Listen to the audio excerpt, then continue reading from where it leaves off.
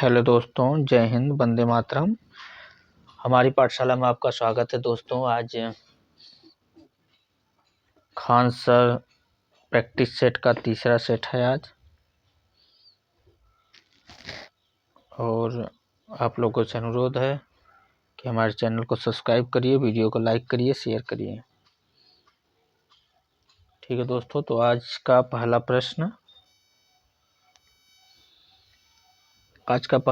है, देखिए क्या है।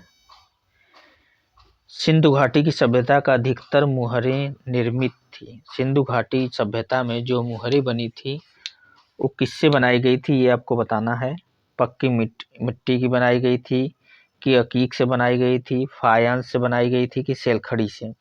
तो आप लोगों को पता होगा, जो सिंधु घाटी सभ्यता के बारे में पढ़े होंगे कुछ, उन्हें पता होगा कि मुहरें अधिकतर किसकी बनी होती थी।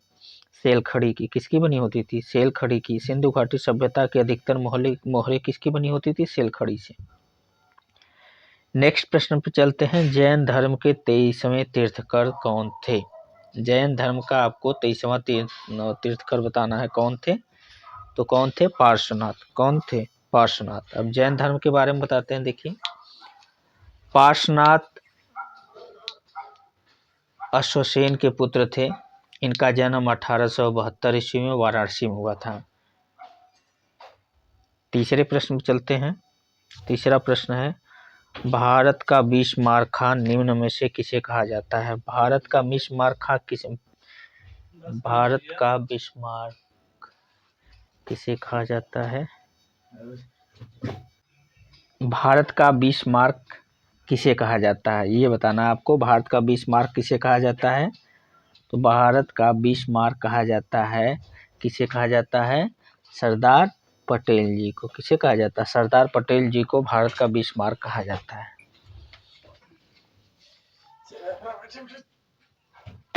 अगला प्रश्न है, नील की खेती से संबंधित आंदोलन कौन सा है? नील की खेती से संबंधित आंदोलन आपको बताना है। तो आप लोगों को पता होगा, जब महात्मा गांधी साउथ अफ्रीका से आए थे तो यहाँ पे इनसे मिले थे। इनसे मिलने कौन आया था? राजकुमार शुक्ल जी मिले थे।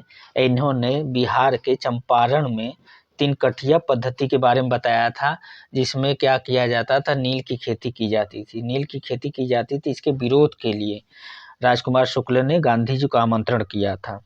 तो इसका आंसर क्या हो जाएगा? डी, चंपारण। अगला प्रश्न है, निम्न में से कौन सी प्रेसिडेंसी शहर अंग्रेजों भारत में स्थापित की गई थी? भारत में कौन सी प्रेसिडेंसी अंग्रेजों द्वारा स्थापित की गई थी, इसको बताना है। तो कौन सी की गई थी? बम्बई, बंगाल और मद्रास। बॉम्बे, बंगाल और मद्रास, ये प्रेसिडेंसी अंग्रेजों ने बसाई थी। अगला प्रश्न है, स्वतंत्रता संग्राम 1857 का सिपाही विद्रोह किस शहर से संबंधित है? तो आप लोग जानते हैं, भारत में प्रथम स्वतंत्रता संग्राम मेरठ से शुरू हुआ था। तो इसका आंसर क्या हो जाएगा? डी हो जाएगा। मेरठ कहाँ से चालू हुआ था? मेरठ से चालू हुआ था। यह एक तरह का सिपाही विद्रोह था। ये भी कभी कभी पूछा जाता है कि ये मेरठ का जो स्वतंत्रता संग्राम 1857 में हुआ था, वो कैसा विद्रोह था? सिपाही विद्रोह। सिपाही विद्रोह था। इसका प्रमुख कारण था ब्रिटिश द्वारा प्रयोग में लाए जाने वाले ग्रीस कारतूस था। जो बंदूक में कारतूस लगाए जाते थे, तो इन्होंने क्या किया? अंग्रेजों ने वहाँ गाय की चर्बी से बनाया हुआ कारतूस का यूज करने लगे, जिसके कारण हिंदुओं में आक्रोश हो गया। इस प्रकार बीडी सावरकर ने 1857 के विद्रोह का भारतीय स्वतंत्रता संग्राम का प्रथम विद्रोह बताया था। बीडी सावरकर ने क्या बताया था? प्रथम विद्रोह इसे बताया था भाई, जो मेरठ से चालू हुआ था। ठीक है, तो डी आंसर। अगला प्रश्न देखिए, 1857 के क्रांति के समय भारत का गवर्नर जनरल कौन था, ये बताना। तो कौन गवर्नर जनरल था उस समय? लॉर्ड कैनिंग था। कौन था? Lord Canning. उसका समय था 1856 से लेकर 62 तक लॉर्ड कैनिंग रहा। तो 57 इसी के बीच में रहा, तो लॉर्ड कैनिंग का समय था। अगला प्रश्न है 8वां, फ्रांस में आतंक का राज किसके शासनकाल को कहा जाता है? आतंक का राज बताना है, फ्रांस में किसके शासनकाल को कहा जाता है? किसको कहा जाता है? वो कहा जाता है रॉब्सपियर को, रॉब्सपियर को कहा जाता है।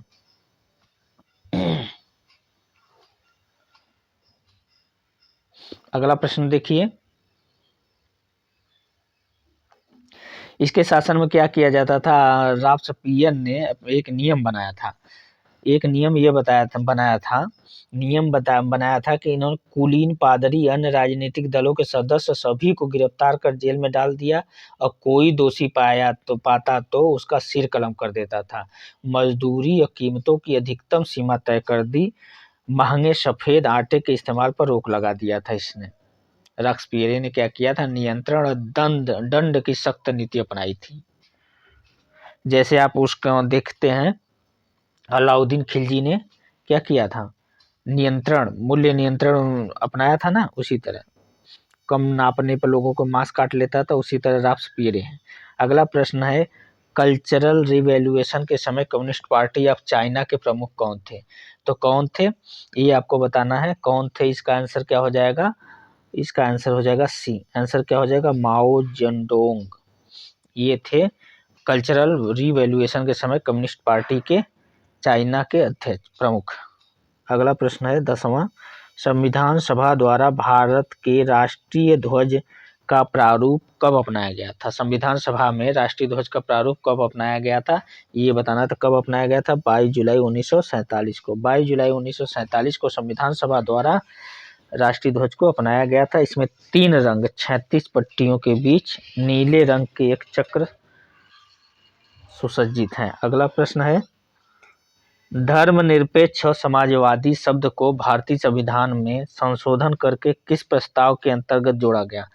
तो आपको पता होगा 42वां संविधान संशोधन 1976। देखिए यहाँ पे 42 होगा तो 4 2 को जोड़ देंगे तो कितना हो जाएगा? 4 2 को जोड़ देंगे तो 6 हो जाएगा, तो 1976 हो जाएगा। क्या हो जाएगा? 1976। 1976 द्वारा 3 शब्द जोड़े गए थे। कौन कौन से शब्द थे? धर्मनिरपेक्ष, समाजवाद और अखंडता। ये 3 शब्द जोड़े गए थे, तो 11 का आंसर सी हो जाएगा। 12 का क्या होगा? देखिए, स्वतंत्रता, समता, बंधुत्व के आदर्श किस देश के संविधान से लिया गया है, ये बताना है। किस देश के संविधान से लिया गया है? ये कहाँ से लिया गया? फ्रांस के संविधान से। कहाँ से लिया गया? फ्रांस के। भारत के संविधान की 8वीं अनुसूची में निम्न में से कौन सी भाषा को मान्यता प्राप्त नहीं है? 8वीं अनुसूची में कितनी भाषा है? शुरू में मूल संविधान में 14 भाषा थी, उसके बाद 8 भाषा और जोड़ दी गई। कितनी इस समय प्रेजेंट टाइम में? 22 भाषाएं हैं। 22 भाषाएं हैं, जिनमें से अंग्रेजी नहीं है। ठीक है। अगला प्रश्न, भारत के संविधान में मौलिक कर्तव्य को किस वर्ष सम्मिलित किया गया? मौलिक कर्तव्य को कब सम्मिलित किया गया, यह बताना। तो कब? 42वां संविधान संशोधन 1976 द्वारा मौलिक कर्तव्य को सम्मिलित किया गया। अगला प्रश्न है, निम्नलिखित भारतीय राज्यों में से किस राज्य में द्विसदनीय विधानमंडल नहीं है? आपको बताना है द्विसदनीय विधानमंडल नहीं है, वो कहाँ है? द्विसदनीय विधानमंडल कहाँ कहाँ है, ये जानिए। द्विसदनीय विधानमंडल है आपका कहाँ? कर्नाटक में है। द्विसदनीय विधानमंडल कहाँ है? कर्नाटक में है, आंध्र प्रदेश में है, कर्नाटक में है, आंध्र प्रदेश में है, एपी लिख देते हैं, आंध्र प्रदेश। उसके बाद तेलंगाना में है, और महाराष्ट्र में है, और यूपी में है, और बिहार में है। ठीक है। कितने जगह? 6 राज्यों में द्विसदनीय विधानमंडल है। किसमें नहीं है? वो है उत्तर प्रदेश में है, तमिलनाडु इसका आंसर हो जाएगा। तमिलनाडु में द्विसदनीय व्यवस्था नहीं है। अगला प्रश्न है, राज्यसभा के अधिकतम सदस्य संख्या कितनी होती है? राज्यसभा में कितने सदस्य होंगे? मैक्सिमम कितने होंगे? 250। अगला प्रश्न है, पंचायती राज व्यवस्था कब संवैधानिक बनी? पंचायती राज व्यवस्था कब संवैधानिक बनी, ये बताना है। 1992 का एक्ट, 1992 के एक्ट द्वारा पंचायती राज व्यवस्था संवैधानिक बनी। राष्ट्रीय मानवाधिकार आयोग भारत में कब स्थापित हुआ था? 18 का है। भारत राष्ट्रीय मानवाधिकार आयोग कब स्थापित हुआ था? 1993 में। कब हुआ था? 1993 में। अगला प्रश्न है, सुरक्षित पेयजल अधिनियम के अनुसार सार्वजनिक जल आपूर्ति प्रणाली की बुनियादी परिभाषा है। कोई भी जल प्रणाली जो मानव खपत के लिए पानी की आपूर्ति इनके लिए करती है, तो इसका आंसर क्या हो जाएगा ये बताना है। तो ऑप्शन देखिए, तो इसका आंसर हो जाएगा 15 सेवा कनेक्शन या 25 आदमियों को वर्ष में 60 दिन से अधिक। ये है इसका आंसर। सही आंसर इसका क्या हो जाएगा, सुरक्षित पेयजल अधिनियम के अनुसार सार्वजनिक जल आपूर्ति प्रणाली की बुनियादी परिभाषा है कोई भी जल प्रणाली को जो मानव खपत के लिए पानी की आपूर्ति 15 सेवा कनेक्शन 25 आदमी को वर्ष में 60 दिन से अधिक के लिए करती है। तो ये आंसर क्या हो जाएगा, डी। अगला प्रश्न है, नेपच्यून के अलावा अन्य किस ग्रह को नीला ग्रह कहा जाता है। नीला ग्रह किसे कहा जाता है, आप लोगों को पता है नीला ग्रह नेपच्यून के अलावा पृथ्वी को कहा जाता है, क्योंकि इस पे पानी की मात्रा पाई जाती है। पानी के कारण पृथ्वी को नीला ग्रह कहा जाता है। निम्नलिखित में से किसका सही मेल नहीं है, ये बताना कौन मेल नहीं खा रहा, इसका आंसर बताना कौन मेल सही नहीं खा रहा। तो इसका आंसर क्या हो जाएगा, बर्मिंघम। ये डी वाला जो है ये फ्रांस से संबंधित नहीं है। बर्मिंघम जो है फ्रांस से संबंधित नहीं है, ये इंग्लैंड का एक शहर है और सब सही है। अगला प्रश्न है, वह गुण जिस कारण कोई पदार्थ वायुमंडल की नमी सोख लेता है।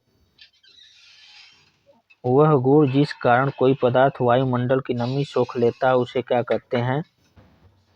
तो प्रश्न क्या है, वह गुण जिस कारण कोई पदार्थ वायुमंडल की नमी सोख लेता है, वायुमंडल की नमी सोख लेता है उसे क्या कहेंगे। वह गुण जिसके कारण कोई पदार्थ वायुमंडल की नमी सोख लेता है उसे प्रस्वेदन कहते हैं।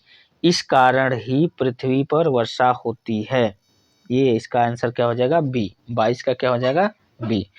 23 है, मुंबई हाई किससे संबंधित है। मुंबई हाई आप लोग जानते हैं कि मुंबई हाई 1976 में खोजा गया था, जो पेट्रोलियम के लिए संबंधित है। किसके लिए, पेट्रोलियम के लिए। ये ओएनजीसी निगम द्वारा संचालित किया जाता है, इसके अधीन है मुंबई हाई। ठीक है। अगला प्रश्न है, स्वेज नहर भूमध्य सागर को जोड़ती है। स्वेज नहर भूमध्य सागर को किसके साथ जोड़ती है, ये बताना। किसके साथ, लाल सागर को। भूमध्य सागर को लाल सागर से जोड़ती है स्वेज नहर।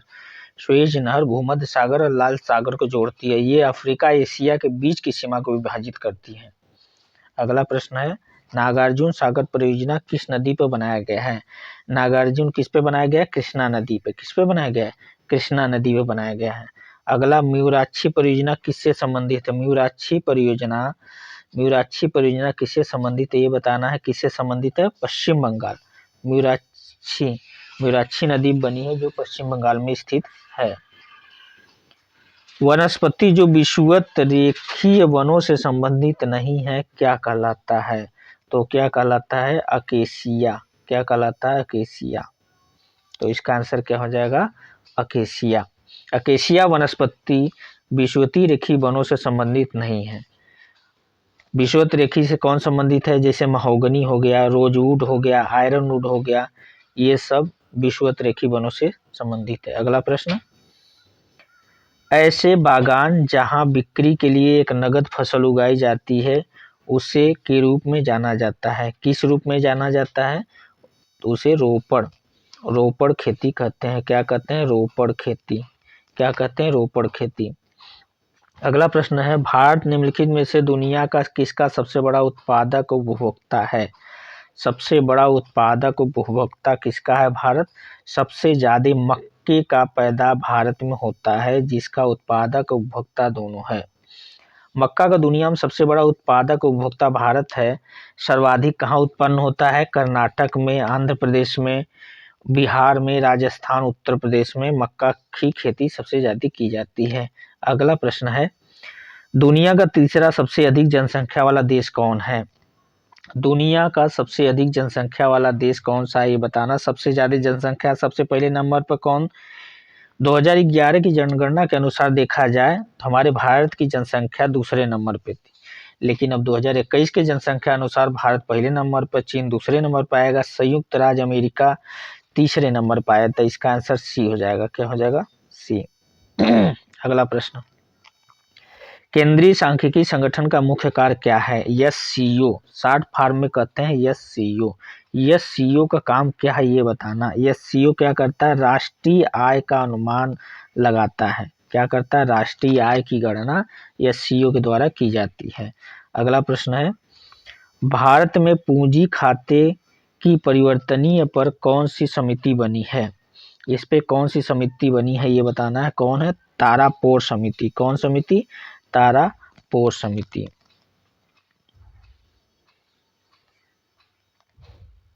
ये बैंक ऑफ इंडिया द्वारा बनाई गई थी। ठीक है। अगला प्रश्न है, निम्न में से कौन सा मंडल उत्तर मध्य रेलवे का हिस्सा नहीं है? आपको बताना उत्तर मध्य रेलवे का हिस्सा कौन नहीं है।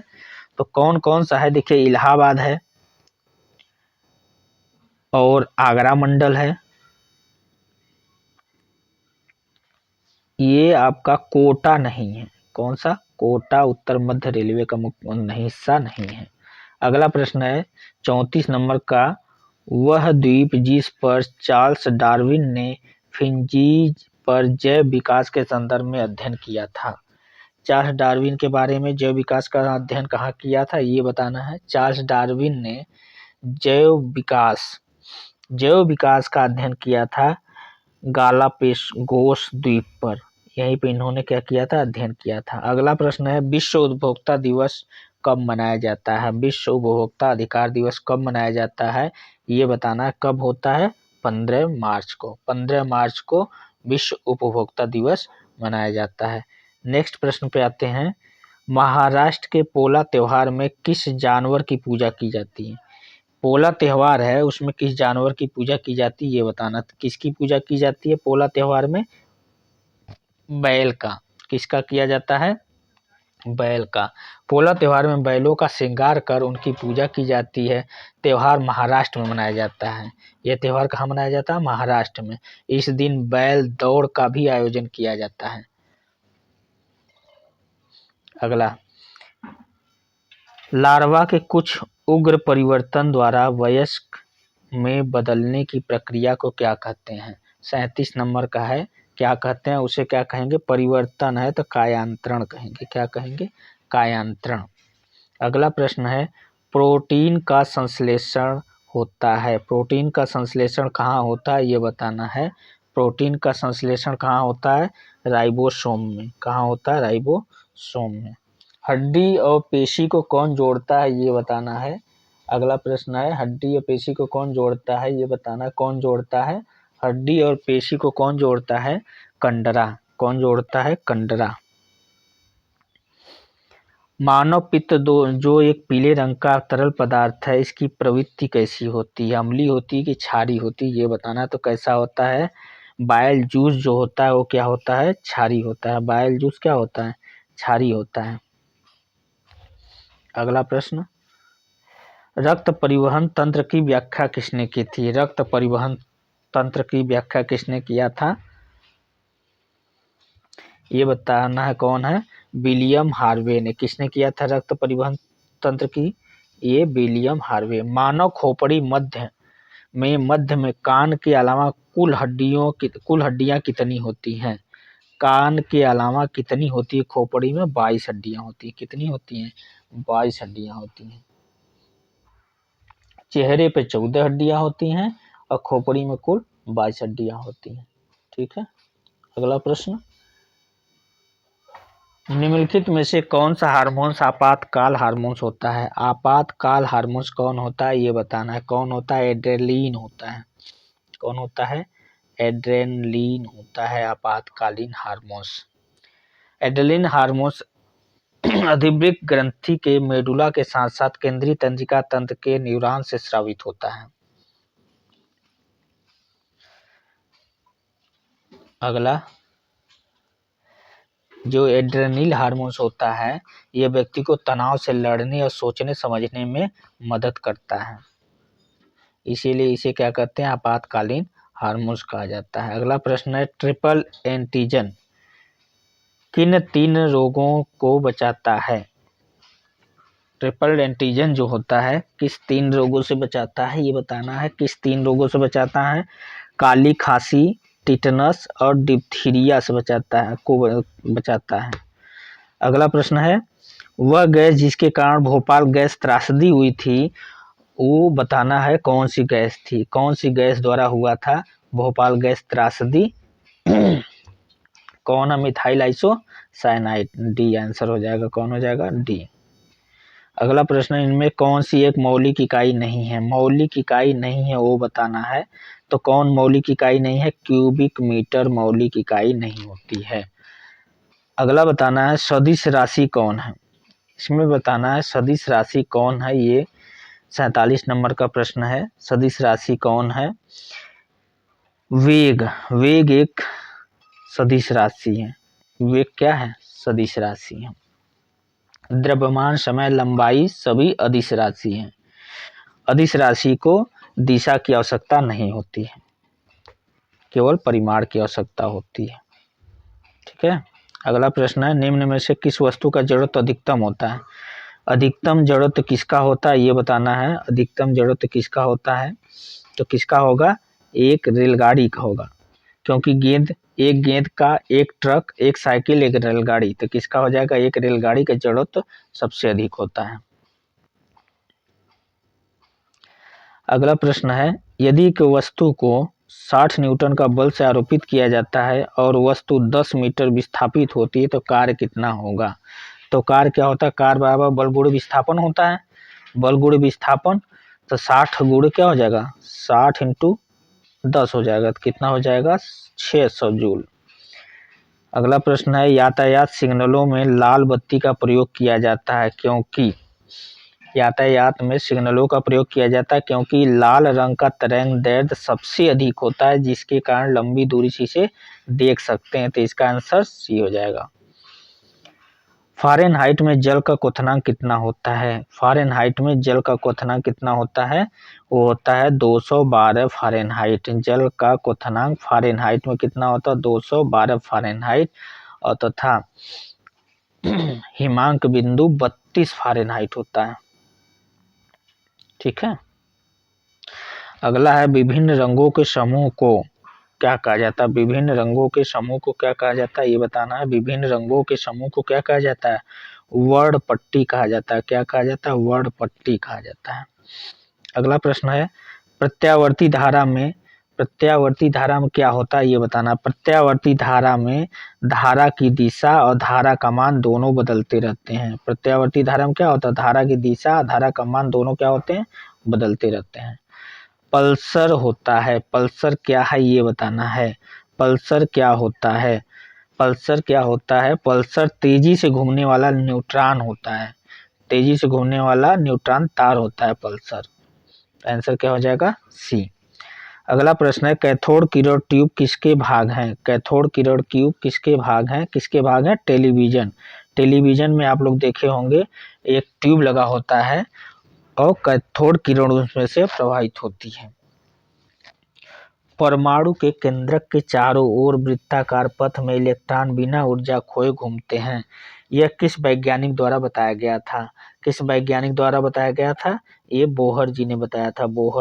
बोहर साइंटिस्ट ने परमाणु के केंद्र के चारों ओर वृत्ताकार पथ में इलेक्ट्रॉन बिना ऊर्जा खोए घूमते रहते हैं। अगला प्रश्न क्या है? अगला है, निम्न में से कौन सा क्रम सापेक्ष साइज को स्पष्ट करता है? सापेक्ष साइज को कौन स्पष्ट करता है? तो ऑप्शन ए हो जाएगा। इसका आंसर क्या हो जाएगा? Option A.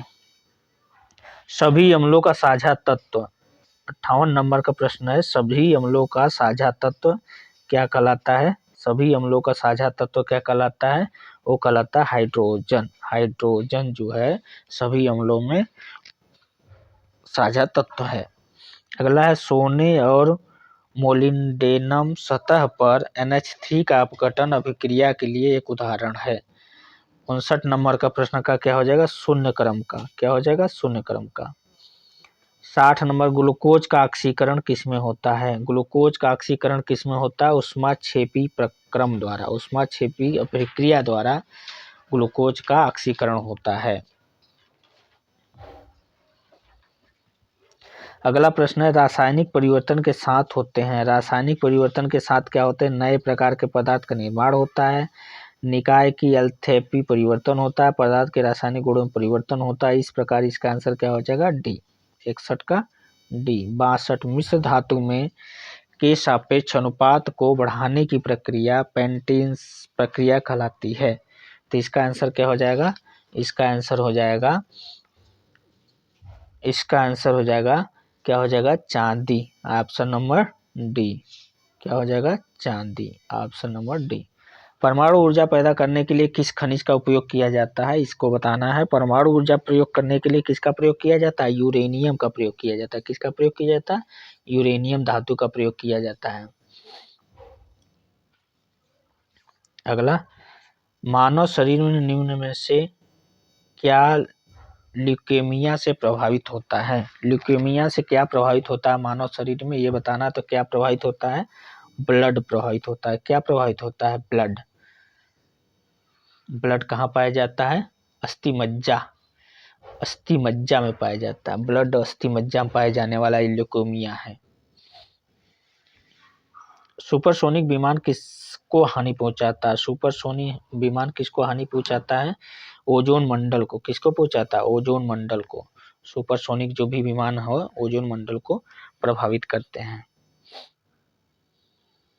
अगला, एक खाद्य श्रृंखला के कुछ ही चरण होते हैं क्योंकि हर चरण में ऊर्जा क्या होती है? ऊर्जा घटती रहती है। ऊर्जा क्या होती है? घटती रहती है। इसलिए इसका आंसर क्या हो जाएगा? ए। बिहार की आर्थिक समृद्धि के विकास पर आधारित है। बिहार का आर्थिक समृद्धि कृषि पे आधारित है। बिहार की आर्थिक समृद्धि किस पे आधारित है? कृषि प्रधान हमारा प्रदेश है। यूपी हो गया, बिहार हो गया, हरियाणा, ये सब क्या है? कृषि प्रधान देश है। अगला है, बिहार के अधिकांश भाग आच्छादित होते हैं। बिहार के अधिकांश भाग किससे आच्छादित हैं? कछारी मिट्टी बिहार में सबसे ज्यादा मात्रा में पाई जाती है। नेक्स्ट प्रश्न, हाल ही में किस राज्य सरकार ने नमो शेतकरी महासम्मान योजना शुरू किया है? हाल ही में किस राज्य सरकार ने नमो शेतकरी सम्मान योजना शुरू किया है? इसका आंसर क्या हो जाएगा? महाराष्ट्र। महाराष्ट्र की सरकार ने शेतकरी महासम्मान योजना शुरू किया है। इस योजना में किसानों को 6,000 रुपए का भुगतान किया जाएगा। अगला प्रश्न, किस रेलवे जोन ने शहीदों के नाम पर ट्रेनों के इंजन का नामकरण किया है? किस रेलवे जोन ने शहीदों के नाम पर ट्रेनों के इंजन का नामकरण किया है? तो कौन सा किया है? उत्तर रेलवे। उत्तर रेलवे ने शहीदों के नाम पर ट्रेनों के इंजन का नामकरण किया है। तो आंसर क्या हो जाएगा? सी। अगला प्रश्न, केंद्रीय भारतीय भाषा संस्थान इनमें से किस भारतीय राज्य में स्थित है? किस राज्य में स्थित है? ये है कर्नाटक में स्थित है। भारतीय भाषा संस्थान कहाँ स्थित है? कर्नाटक। इसका आंसर क्या हो जाएगा? सी। स्मॉल जी का मान आर के मान के अनुसार बदलता है। सभी छात्र को जी का मान कहाँ पर न्यूनतम प्राप्त होता है? जी का मान कहाँ पर न्यूनतम प्राप्त होता है? तो जी का मान सबसे कम कहाँ प्राप्त होता है? भूमध्य रेखा पे। कहाँ प्राप्त होता है? भूमध्य रेखा पे। भूमध्य रेखा पे जी का मान सबसे कम प्राप्त होता है। अगला प्रश्न में इनमें से कौन सा सुधार आंदोलन वर्ष 1829 में लॉर्ड विलियम बेंटिक के कार्यकाल के दौरान हुआ था?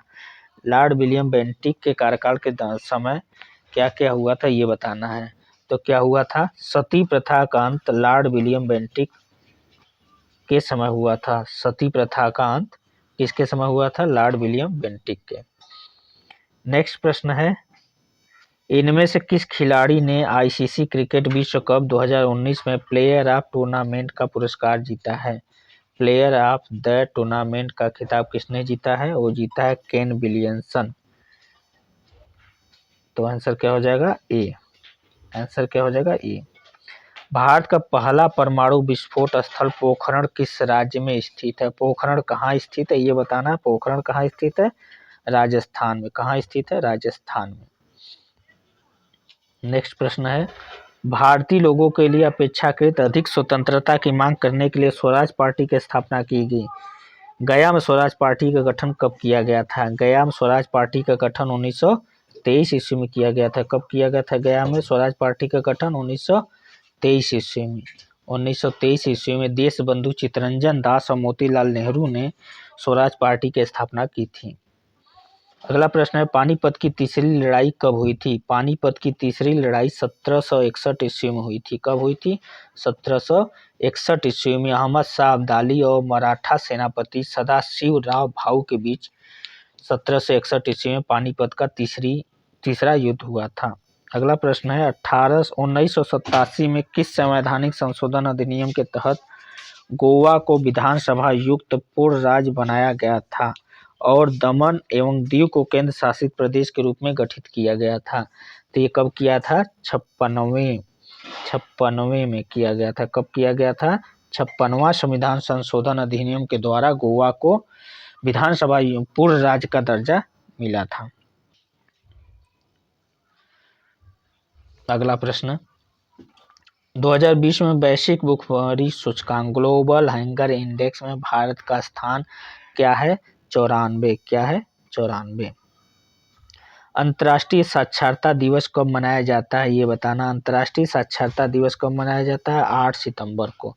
किस देश को जोगियों का देश के नाम से जाना जाता है? किस देश को जोगियों के देश के नाम से जाना जाता है? North Korea. उत्तर कोरिया को जोगियों के देश के नाम से जाना जाता है। तो आंसर क्या हो जाएगा? ए। अगला प्रश्न है, कोपेरी समझौते को संयुक्त राष्ट्र के रूप में न्यूयॉर्क स्थित मुख्यालय में पृथ्वी दिवस के अवसर पर हस्ताक्षर के लिए रखा गया था। तो 82 का आंसर क्या हो जाएगा? 82 का आंसर 22 अप्रैल 2016 को 22 अप्रैल 2016 को पेरिस समझौते में न्यूयॉर्क में पृथ्वी दिवस के अवसर पर हस्ताक्षर के लिए रखा गया था। तो इसका आंसर क्या हो जाएगा? 82 का डी। अगला प्रश्न, ब्रह्मपुत्र उन प्रमुख नदियों में से एक है जो कई सहायक नदियों के साथ कई देशों में प्रवाहित होती है। निम्नलिखित में कौन सी ब्रह्मपुत्र की सहायक नदी नहीं है? तो ब्रह्मपुत्र की सहायक नदी कौन कौन है ये बताना है। ब्रह्मपुत्र की सहायक नदी, ब्रह्मपुत्र की सहायक नदी है सुबनसिरी, तीस्ता, तोरवा, लोहित, बराक। ये सब क्या है? ब्रह्मपुत्र की सहायक नदी है। कौन नहीं है ये बताना है। 83 का तमसा, तमसा इसकी सहायक नदी नहीं है। तो ऑप्शन नंबर डी हो जाएगा। ऑप्शन नंबर डी, तमसा इसकी सहायक नदी नहीं है। डेनमार्क की संसद का नाम क्या है? 84 नंबर का प्रश्न है। डेनमार्क की संसद का क्या नाम है? डेनमार्क की संसद का नाम फाकेटिंग है। क्या है? फाकेटिंग। डेनमार्क की संसद का नाम फाकेटिंग है। डेनमार्क यूरोप में है, इसकी राजधानी कोपेनहेगन है। अगला प्रश्न है, ग्रीष्मकालीन ओलंपिक 2024 का आयोजन किस शहर में किया जाएगा? 85 का आंसर क्या हो जाएगा? ग्रीष्मकालीन जो ओलंपिक है 2024 में किस शहर में होगा? किस शहर में होगा? ये होगा पेरिस में। किस शहर में होगा? पेरिस में। इस प्रकार हमारी जो मॉडल पेपर 3 का 85 क्वेश्चन जीके जीएस यहीं समाप्त होता है। आप लोगों से अनुरोध है कि हमारे चैनल को सब्सक्राइब करिए, वीडियो को लाइक करिए। धन्यवाद।